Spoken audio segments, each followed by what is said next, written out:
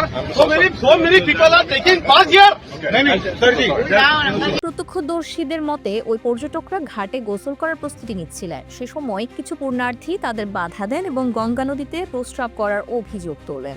এরই মধ্যে ঘটনার একটি ভিডিও সামাজিক যোগাযোগ মাধ্যমে ভাইরাল হয়েছে, যেখানে দেখা যাচ্ছে পুণ্যার্থীরা পর্যটকদের জেরা করছেন এবং পর্যটকরা দৃশ্যত ভীত ও বিভ্রান্ত অবস্থায় রয়েছেন।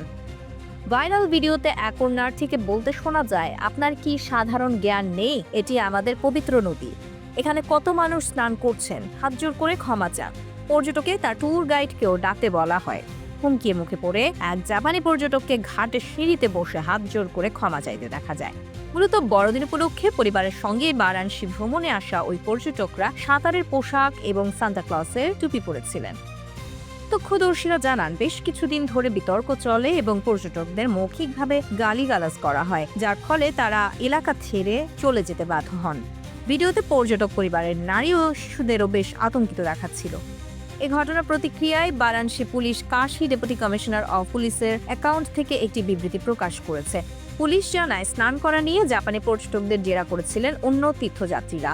পর্যটকরা ক্ষমা চাওয়ার পর বিষয়টি শান্তিপূর্ণভাবে মিটে গেছে। কোনো শারীরিক লাঞ্ছনার ঘটনা ঘটেনি।